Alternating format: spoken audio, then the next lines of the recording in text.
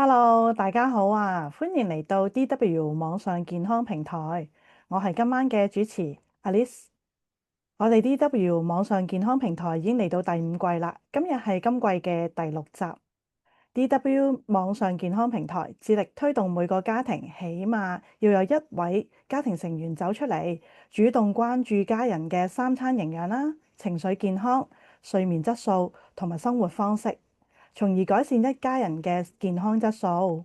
家庭健康係由自己開始，我哋每位分享者都係家庭健康嘅管理員，透過學習營養學、身體力行，改善自己健康，再改善家人同埋朋友嘅健康，繼而推動普及健康教育。講返今日嘅主題啦，今日我哋嘅題目係免疫力失調。免疫力就係等於我哋身體嘅國防部，幫我哋抵抗細菌、病毒呢啲外敵入侵，確保我哋身體健康。但係如果我哋嘅免疫力失調嘅話呢，我哋嘅身體就會出現各種嘅問題㗎啦。究竟點樣能夠打低呢啲外敵呢？好開心，今日我哋邀請到國家二級公共膳食營養師 Victor Tong 同大家分享點樣可以減低我哋嘅免疫力嘅下降嘅機會啦，同埋點樣維持免疫力嘅平衡嘅，守護你嘅健康。事不宜遲啦，將以下嘅時間交俾 Victor。Tong Sir，唔該晒。好，OK，大家好，晚上好。咁啊，多謝 Alice 嘅介紹。咁亦都咧就係開始我哋今日呢半個小時，我哋可以咧做一啲響大氣電波裡面嘅一啲交流同埋分享嘅。咁啊，大家睇到呢一張圖就係乜嘢啊？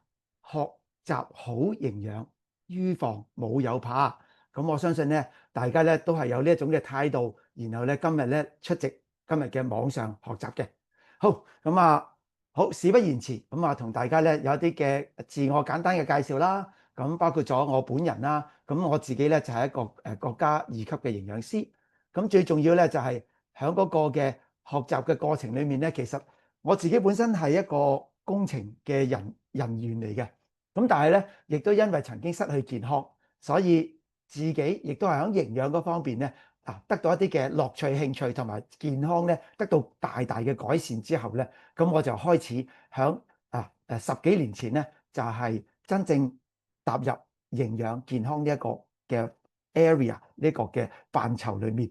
咁啊，當然啦，咁我亦都咧就係都完成咗呢個公共膳食嘅營養師啦嘅課程，亦都咧就係都會大學嘅營養文憑啦。咁我亦都係因為我自己都係喜歡運動嘅，咁所以咧亦都係完成咗呢個嘅健身教練嘅一個資格。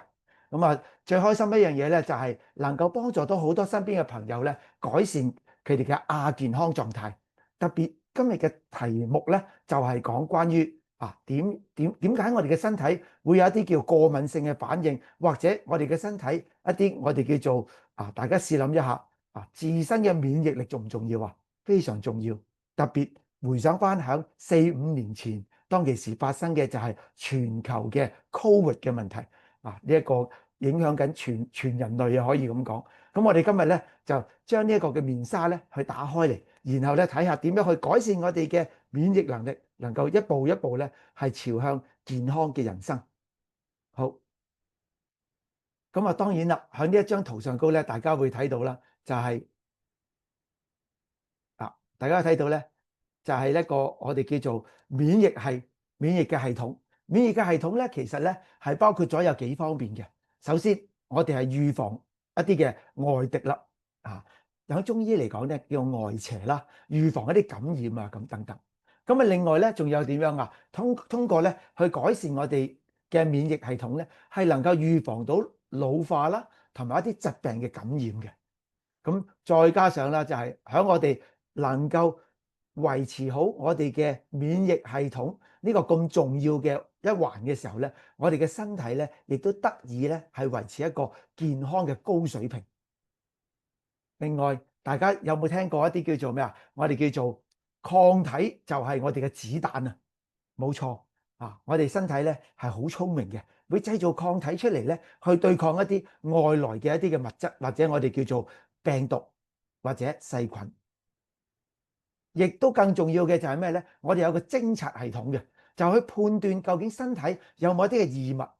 今日咧，我亦都會特別提咗，我有一個嘅資訊咧，同大家分享，係剛剛今年能夠攞到呢一個嘅諾貝爾獎嘅3位科學家，咁我都會同大家分享一下。最重要嘅就係點樣咧？原來可以預防癌種病變嘅喎，即係預防癌症喎。咁大家試諗一下，免疫力係咪好重要咧？我哋有咩敵人啊？大家睇下，哇！我哋嘅手摸到一啲嘅地方就係咩啊？接觸上嘅傳染，或者有陣時咩啊？我哋打個乞嗤，我哋真係唔知道我哋搭車會唔會喺我哋嘅後邊幾個座位嘅朋友，佢帶住感染咗嘅身體打咗個乞嗤，我哋就咩啊？中招咯啊！所以幾年前我哋嘅 Covid 嘅問題係咪好嚴重啊？所以嗰陣時又限聚令啦，又唔可以咧，就好多人聚集埋一齊咧。呢個係有個原因喺度嘅。咁啊，另外啦，空氣嘅污染咧，再加埋一啲嘅環境污染咧，原來對於我哋嘅免疫系統咧，都係大大有影響嘅。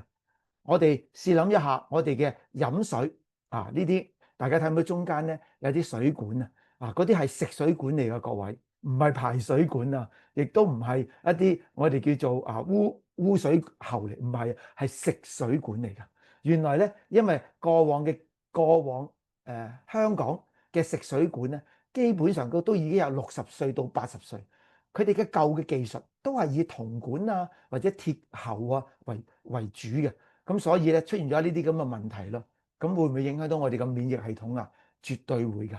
咁啊，另外啦，我哋飲食上高一陣間我都會同大家分享一下，我哋而家食嘅嘢好多，我哋唔想見嘅嘢叫做添加劑，但係結果我哋都一一食埋喺我哋嘅身體裏面。好，即刻睇下我哋人嘅天生嘅一個免疫力，其實我哋有幾個嘅防禦嘅位置嘅喎。我哋試睇下先。第一，我哋睇下第一就係咩啦？我哋嘅皮膚鼻眼睛所以我哋講過唔好亂咁捽眼睛唔好亂咁去揉我哋嘅鼻哥特別當有咩有一啲叫做分泌物嘅時候。第二度咧就係咩我哋嘅皮膚啦皮上嘅一啲細胞咁呢個咧係我哋會當遇到啲外來嘅物質嘅時候咧，我哋有啲干擾素咧去對抗佢哋嘅。第三度就係我哋嘅免疫細胞系統啦。咁呢啲咧，大家我諗都聽過噶啦，就係我哋身體嘅免疫細胞同大家分享一下最強嘅免疫細胞嘅總指揮，大家知唔知響邊一個我哋嘅身體啊？就係我哋身體嘅我哋叫做胸腺嘅地方正正就係我哋胸前嘅呢一個位置，呢一個係一個腺性嚟嘅，佢係一個內分泌嘅腺性，佢就係掌管我哋啲免疫細胞。咁而第二個嘅總部喺邊度咧？冇錯啦，大家都好聰明啦。原來就係喺我哋嘅腸，我哋嘅腸臟裏面當我哋有足夠嘅益生菌啦、足夠嘅纖維啦、足夠嘅 B 集，能夠製造到一個平衡嘅我哋叫做酸鹼嘅生態嘅時候咧，我哋係會喺嗰度會產生好多咩我哋嘅免疫細胞，幫我哋做咩？幫我哋打仗咯，幫我哋對抗一啲外來嘅物質咯。第四度就係 T 細胞。哇 ！T 細胞犀利啦，而家就係我哋啱啱頭先我提及到諾貝爾今年攞咗呢個嘅諾貝爾獎嘅3位科學家咧，就專門研究呢個 T 細胞。T 細胞咧就係偵察細胞，大家記住今日嘅時間有限，我不能夠盡錄嘅，但係讓大家知道就係原來而家科學家已經開始研發緊咧 T 細胞嘅偵察能力，唔好啲 T 細胞搞亂咗個 party， 唔好搞亂咗個環境，唔好係又打，唔係又打，因為點解佢係偵察到有冇一啲外敵啊嘛。如果 T 細胞紊亂咗，太過我哋叫做太過被激活嘅時候咧，佢就會點佢就會連我哋嘅軟骨組織啦、關節組織啦，都會通知啲 B 細胞去攻擊佢、砌佢啦咁樣。但係呢個就係乜嘢就係紅斑狼瘡，就係類風濕關節炎嘅一啲嘅我哋嘅免疫嘅疾病。所以而家開始大家都研究緊 T 細胞，最緊要係咩佢做好佢嘅工作就得啦，唔需要太過活躍嘅。大家掌握下咁呢個係一個好消息嚟嘅。第5度就係我哋嘅 B 細胞，即是包括仲有咩巨噬細胞呢啲專門咧吞沒呢啲咧我哋外來嘅垃圾咁樣嘅。好啦，呢度咧都講下免疫太低嘅時候會點樣啊？清除唔到啲病原咯，我哋就容易被感染咯，甚至癌呢啲腫瘤呢啲發炎嘅細胞都會不被清除咯。好啦，但係若太過免疫過強嘅時候就會點啊？就會大家有冇聽過一啲叫做花粉症啊？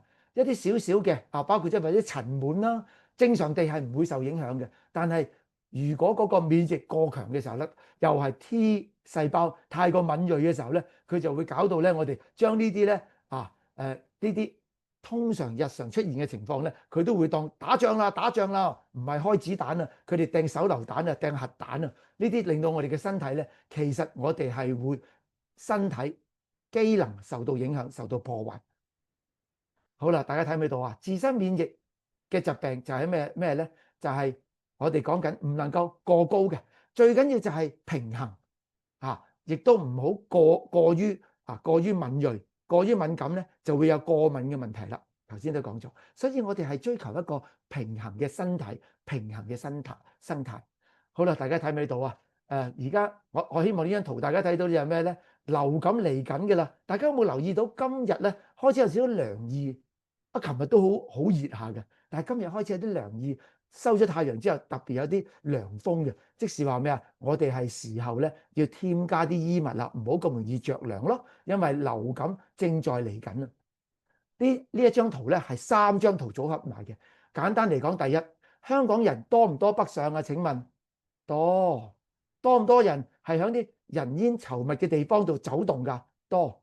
第二，我想大家睇下，原來咧每一年咧，我哋嘅流感病毒咧都有我哋叫好似潮流一般嘅，佢係某幾隻咧係特別係興旺嘅。好啦，即係話乜嘢？如果我哋要打疫苗嘅話，就唔好意思啦，年年都要打。咁我希望大家明白呢一點咯。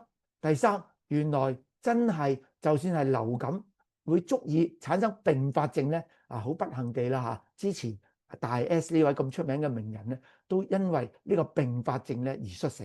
咁即係話，大家試諗一下，如果我哋能夠搞好我哋嘅本身，我哋嘅免疫系統係能夠攞到個平衡，又足以去對抗呢啲嘅疾病嘅話，咁我哋係咪可以我哋叫做咩啊？舉一反三，就係對自己嘅一種嘅安全啊！好，咁啊，好快咁睇睇，原來咧流感咧有甲、乙、丙、丁4種嘅。甲型咧係真係最麻煩嘅。點解咧？佢咧通常咧就會有病徵係包括有發燒啦，有發冷嘅，有發冷又發熱嘅，手腳都會凍嘅，頭痛啊、咳嗽啊、喉嚨痛，哇，好似刀割一樣嘅，流鼻水啊呢啲等等佢係殺傷力較強㗎，所以甲型流感咧係危險嘅，特別危險。乙型咧其實個情況咧係比較輕，即係個叫做輕微好多。咁但係我哋都不能坐以即係輕心嘅我哋都要非常之注意唔好着涼到我哋要做啲咩咧？季節性咧特別咧係我哋講緊老弱即係話弱小嘅或者小朋友等等咧，或者年紀大嘅老友記咧都係需要用疫苗去幫一幫或者係一定要保持住個人嘅衞生嘅包括咗飲食啦等等，仲有保持住良好嘅環境衞生，重唔重要啊？空氣好重要嘅，室內更加要留意嘅。好啦，如果我哋要提升我哋嘅免疫力，可以點做法啦？以下咧大家睇到啦，包括咗有蛋白質啦有維生素啦 A 啦，有鋅啊、硒啊呢啲係礦物質嚟嘅，仲有脂溶性嘅維他命維生素 E， 仲有水溶性嘅維他命嘅代表，我哋叫做咩咧？叫做維生素之王維他命 C， 仲有益生菌、綠茶等等。好，佢有咩作用咧？我試睇下先。原來蛋白質好需要嘅，因為點解啊？我哋製造我哋嘅免疫系統裏面咧，好多嘅角色咧都係需要用蛋白質合成嘅。仲有我哋細胞必須要有蛋白質嘅，各位。再加埋咩啊？維持身體嘅體力啦，我哋嘅免疫力咧都係需要蛋白質嘅。咁而維生素 A 咧就係包括咗咩咧？佢喺黏膜嗰度做咧係做我哋嘅保護網嘅。我黏膜咧可以阻止細菌進入我哋嘅身體啦。或者甚至係唔俾佢咧產生一個叫做炎症嘅感染，重唔重要啊？好重要。另外鋅啦，鋅嘅呢一個嘅食物咧，係對我哋嚟講咧係好重要，就係蛋白質嘅代謝，再加上咧佢直接提升我哋免疫力嘅功能嘅。好，西質大家睇下先，原來咧維生素 E 咧係能夠消除咗咧好多好多嘅我哋叫做咩啊？我哋嘅自由基啊，係啦，咁所以咧食好嘅油就係能夠攞到靚嘅維生素 E 咁同埋咧硒質亦都喺植物嗰方面，咁咧亦都係維生素 E 啦，降低身體嘅發炎反應，咁最主要就係咩咧？令到我哋嘅免疫力亦都提升。好啦，頭先講到維生素 C 呢個就係咩啊？直接能夠將我哋嘅白血球能夠提升佢個成熟個速度，咁即係話咩啊？將我哋啲士兵咧能夠倍增，然後去做咩啊？做打仗咯。仲有維生素 C 咧係非常之安全嘅，佢能夠做到嘅咧就係能夠響水溶性，我哋身體咧有70%都係水嚟噶嘛，接近。咁所以咧，我哋基本上高咧維生素 C 就係響我哋身體運行住，幫我哋做好呢個我哋叫做好似軍隊一樣咧去偵察同埋咧去打仗一樣。好啦，益生菌係唔能夠忽略咗嘅，因為點解啊？有一句說話好好嘅，叫咩啊？腸道好，人不老。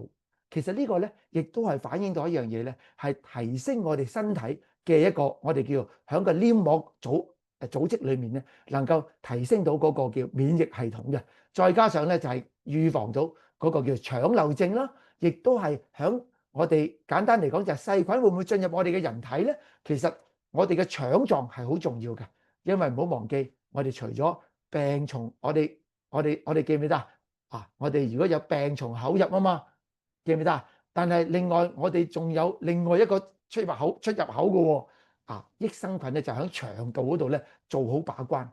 再加上綠茶重唔重要啊？好重要，因為有茶多酚呢一個非常高嘅抗氧化，同埋咧就係有一個提升我哋嗰個免疫系統。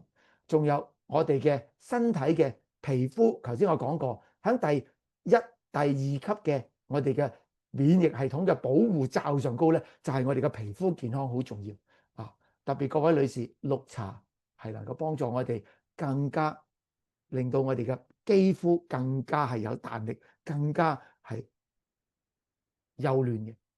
好啦，咁但係我就講咗咁多好嘅嘢啊，但係而家都市人，你同我面對緊乜嘢啊？大家睇下先，蛋白質嘅不足。我哋而家食好多係乜嘢？食好多時候咧就係食肉類各方面，但係食唔到最優質嘅我哋叫平衡蛋白質，包括咗係咩咧？我哋叫做植物性嘅蛋白質。所以我哋記住奶、蛋、肉、豆呢4個就係蛋白質嘅來源。但係好可惜，現代人、都市人當我未識營養之前咧，我淨係諗住食肉咯、飲奶咯、食蛋咯，呢啲都係乜嘢？動物性嘅蛋白質。但係真真正正令我哋最健康嘅係一個平衡嘅優質蛋白質，就係佔咗40%到50%喺我哋個比例上高咧，就係要植物性嘅蛋白質又唔會有一啲我哋叫做咩飽和嘅脂肪啦或者有啲我哋叫做嘅膽固醇影響到我哋。咁另外啦，精煉嘅澱粉質呢個咧，對唔住啦各位，我哋唔想要嘅嘢，但係好多時候因為啲廠商咧係要做到點樣麵包又要做到好幼細啲米又要做到好點樣好滑溜於是點於是就做咗好多精煉嘅過程咯。咁令到我哋嘅身體咧根本就攞唔到咧天然俾我哋嘅，特別係維生素 B 雜去消化或者係利用呢啲嘅澱粉質所以咧精煉嘅澱粉質大家都係盡量減少。蔬果唔足夠，大家覺得係咪啊？或者咁樣，我問下大家先，如果大家每一日有食到好似你個拳頭咁大嘅你睇翻自己嘅拳頭，係當一份嘅蔬菜或者水果，你食到7份或以上嘅，請你打個888等我讚下你，你就真係發啦。呢個7份嘅水果加蔬菜咧，係啦，因為我見到有啲朋友打下字咯只不過好似冇乜反應喎。如果食唔到嘅朋友，你可唔可以打另外一個字就係嗰個叫做0字打個0字俾我睇睇。因為點解咧？7份水果及蔬菜咧係講緊世界衛生組織對成年人嘅要求嚟嘅。如果食唔夠嘅話，我哋就係咩啊？我哋就已經係落後咗響營養呢一方面個標準達唔到標啦，好嘛？好，咁我哋一齊去努力啲食啱嘅嘢，食好嘅嘢啊！另外，垃圾食物充斥喺呢一個嘅我哋嘅快餐文化裏面啊，或者我哋點講啊，美食文化裏面啊，點解啊？煎炸或者高鹽高油高糖呢啲嘅食物都係令到我哋食指大動，但係呢啲好大機會就係一啲垃圾食物。好啦，仲有啊，食物嘅營養價值，其實大家有冇感覺過？其實過往係點樣啊？就算我食肉類，大家有冇諗過？原來豬肉咧都有啲哮喘藥喎。啊，牛咧曾經都有一個瘋牛症啦，呢啲等等啦。嚇，咁啊魚咧啊或者海裡面嘅話應該得啦啩？好抱歉啊，一啲淡水嘅有孔雀石綠啊嚇，咁啊另外咧有啲雪卡毒啊，咁呢啲係喺深海嘅魚類裡面咧，佢個環境受到污染咧，所以魚嘅本身都係受到污染啦。另外啦，牛奶啊、雞啊、禽流感啊呢啲都係紛紛都已經出現咗問題。水源污染、空氣污染呢啲都係我哋真係好重要嘅課題。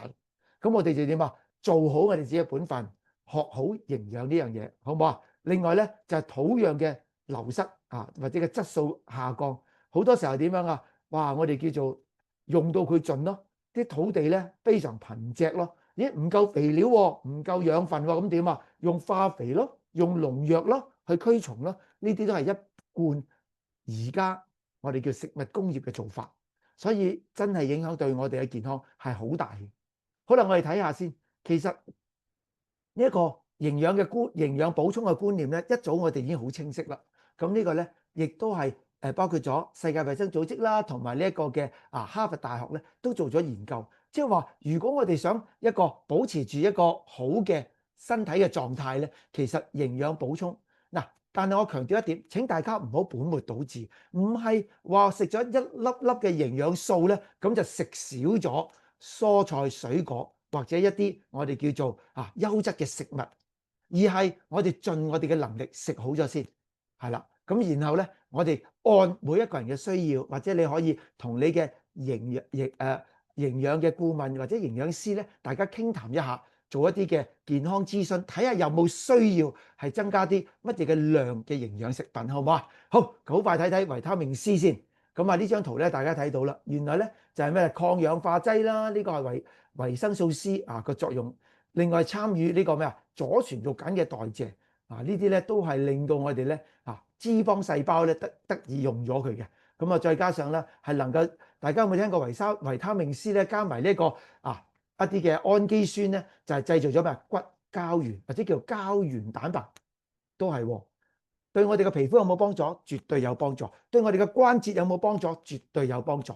咁所以咧，維他命 C 好重要。仲有咩免疫嘅功能啦，呢啲身體嘅運作啦，仲有係幫助我哋鐵嘅吸收。而家原來咧好多好多嘅朋友仔咧，特別女孩子因為咧女性啦都有每個月嘅週期啦，所以缺鐵嘅現象咧，都市人都非常非常之普遍。如果能夠有維他命 C 嘅話，咁我哋係揾啲合成嘅響藥廠響啲化學室裏面係合成出嚟嘅好啊，抑或係一啲高含量嘅水果裏面，包括咗針葉櫻桃能夠攞到嘅咧？咁我諗大家已經有公論啦。咁當然大家都會選擇咩食物咯。咁大家睇下咯，原來咧響食物界裏面咧大家睇到最勁嗰個係邊一個啊？如果以100 gram 嚟計咧，其實咧奇異果好多人都中意嘅，去到咧都73 mg。但係咧你睇下櫻桃果，特別係針葉櫻桃呢一個品種咧，佢係能夠去到每100克，對唔住，就已經係去到咩1600至4000嘅 mg。所以呢個咧係非常非常之有效嘅營養補充或者你可以問下你邀請你上嚟網嘅今日學習嘅朋友，佢都會俾到啲信息嚟嘅。另外啦，食大蒜大蒜能夠抗細菌呢個非常重要，能夠提升我哋嘅免疫力，重唔重要？重要，因為佢有鍺同埋有硒呢一啲嘅我哋叫做抗氧化嘅物質喺裏面，大大提升我哋嘅身體嘅免疫系統。仲有佢可以咩抑制細菌啦，呢啲嘅蛋白酶嘅活性，好唔好啊？大家覺得非常之好。有一個少少嘅題外話，問下大家先，大家覺得認為生嘅蒜頭同熟嘅蒜頭邊個好啲啊？對人類嘅健康？原來今日我哋講免疫力，特別咧我開估啦，最好嘅就係原來真係走去食生蒜嘅各位。生蒜咧，你仲要有技巧嘅喎，最好咧將佢切咗片，然後咧俾佢暴露喺空氣裡面咧15到20分鐘，讓佢產生咗一個叫做咩咧？一個叫做氧化嘅作用，然後咧佢能夠產生一個高效嘅我哋叫做大蒜素嘅一個嘅產生，激活咗佢。咁我哋食咗落身體之後咧，大大提升我哋嘅免疫力，仲有咩啊？仲有我哋嘅抗癌嘅能力，係嘛？而家呢啲真係我哋叫做咩啊？我有位朋友講咧，呢叫窮人嘅人參啊，非常之有益。另外啦，紫錐花呢個咧其實係西方草本嚟嘅。紫錐花嘅特點咧就係能夠喺短時間裏面咧，大家咧係能夠將我哋身體嘅白細胞白血球咧係短時間裏面去提升。當我哋咧我舉一個實例啦，讓大家都可以知道。咁我都有用到咧紫錐花嘅補充劑，愛嚟最主要點樣咧？有陣時真係發覺咦嗰段時間較為忙啲喎，或者出咗差喎，翻嚟嘅時候有少少鼻淋淋啊，或者有少少流鼻水啊，大家有冇少少咁嘅經驗啊？喉嚨咧有少少確確地有少少痰飲啊，我哋叫做咁啊點樣咧？我就會咧用呢一個紫錐花一啲嘅補充劑嚟到幫助自己。佢只要喺短時間裡面，佢係能夠大大提升5倍我哋嘅白血球嘅嗰個嘅數量，去做乜嘢？去做打仗咯。我哋只係好多突然之間咧多咗好多軍隊幫忙嘅，所以呢個咧紫錐花咧都唔係長期食用嘅。我哋講最有效嘅時間咧係大約係2個星期之內，即係話你食唔好超過2個禮拜後，唔好超過2個禮拜咁嘅話咧，通常其實我嘅經驗啦，大約係三日啦，3日到4日啦。咁我進食咗之後咧，呢個咧幫助到我咧，已經係解決到我嗰個我哋叫免疫力嗰個問題。能夠咧幫我打勝仗。咁另外啦，益生菌我諗大家咧記得曾經咧喺中大研發咗咧一個咧係解釋咗咧，就係用益生菌去提升身體嘅免疫力。特別佢係喺呢一個嘅疫情嘅時候 ，Covid 嘅時候，佢公開咗嘅。呢一張圖咧非常有意思嘅。點解咧？佢就係幫助到我哋咩咧？就點樣能夠提升到我哋嘅白細胞都係由於用咗有效嘅益生菌。記住有效嘅益生菌，我哋講嘅有效益生菌係包括咗咩咧？最少有5隻嘅菌種我哋唔係追求咧係1隻菌種或者2隻菌種再加上咧就係一定咧就係有一個叫咩咧？存活性係好高嘅即係唔好話嗰個哇100億200億但係個存活量咧佢俾唔到個數字你，咁呢個就好可惜啦。咁我哋咧可以從你嘅朋友嗰方面咧去了解多啲。攞多啲嘅信息因為咧佢能夠咧促進消化啦，能夠咧係降低到咧嗰個減低到便秘腹瀉甚至幫助到燃燒脂肪，亦都係配合今日嘅主題，提升免疫力。仲有益生菌我哋講緊乳酸菌、益生菌係能夠幫助到咩調節婦科炎症嘅，係啦，令到內黏膜咧係有一個嘅調節嗰個嘅酸鹼嘅一個。我哋叫做生態環境係能夠將啲菌種咧或者啲豬菌種咧咁就係能夠將佢殺死，佢生存唔到啦。咁另外係消除呢個敏感性嘅體質。好啦，大家知唔知呢張圖係乜嘢？睇下先。原來咧，大家睇到咧響黃色嗰度咧，其實嗰個係一個人面嚟嘅，佢就打咗個大乞嗤，非常之大嘅噴嚏乞嗤咁。於是咧大家睇下佢發出嚟嘅呢啲，哇！呢啲嘅污染物就係漂浮喺空氣裏面，呢啲小飛沫咧就係可以傳染到俾別人咯。所以原來我哋要知道嘅，室內空氣真係比室外空氣咧，其實往往係污染度係嚴重5倍甚至以上嘅。呢個唔係我講嘅，係美國環保署佢做咗一個嘅普查。咁所以咧，大家唔好諗住打開個窗咁就可以搞掂到，因為點解咧？基本上今時今日係好難有對流嘅現象㗎。係啊，因為點解咧？我哋全部都係點啊？密封樓啊，樓對樓啊，係咪啊？即係大家都係會遮住咗啲我哋叫做空氣流通嘅。咁所以呢個好難做到。每年原來有400萬嘅人死於空氣污染啊！各位係咪好嚴重啊？真係好嚴重。所以響流感即將到嚟啦，大家都要保重。但係響佢嘅影響之下，大家記得保住乜嘢啊？一定要空氣嘅質素要好嘅。咁啊，同大家分享少少啊，希望大家咧都係揾到一啲真係有效嘅空氣淨化，包括咗咩？一定要有第三方嘅認證，大家認同嘛？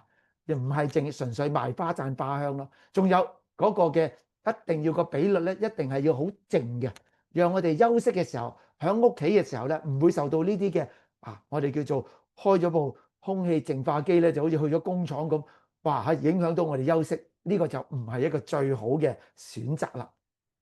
咁所以咧，其實今日我同大家分享嘅呢啲點點滴滴咧，希望大家咧都係能夠喺一個嘅生活裏面咧，真真正正係獲得健康，同埋咧一家人裏面咧都係我哋叫做合府安康、健健康康，咁就一定可以積聚到好多開心同埋財富嘅。咁好，我今日嘅分享就到呢一度啊。咁我將時間交翻俾我哋漂亮嘅主持人 Liz。好，多謝晒 Victor、湯 Sir 咁詳細同埋專業嘅分享。我哋透過食物啦、營養補充啦，同埋好嘅空氣環境多方面提升到夠免疫力嘅。大家係咪學到好多嘢呢？咁約定大家啦，嚟緊嘅下個星期一晚繼續收睇 DW 嘅網上健康平台，學習更多嘅健康知識。下星期嘅主題咧就由芝治主講嘅，我哋會係講預防肌少症。咁肌少症咧係會影響到我哋嘅日常生活同埋自理能力㗎。肌少症唔單止係長者先會出現嘅，少運動同埋營養不足嘅年輕人一族亦都會受到影響。下星期芝治就會同我哋分享如何預防肌少症，減少肌肉嘅流失。到時大家記得要入 Zoom 啦。健康係需要管理，而管理都需要知識嘅。誠意推薦大家報讀實體嘅營養班。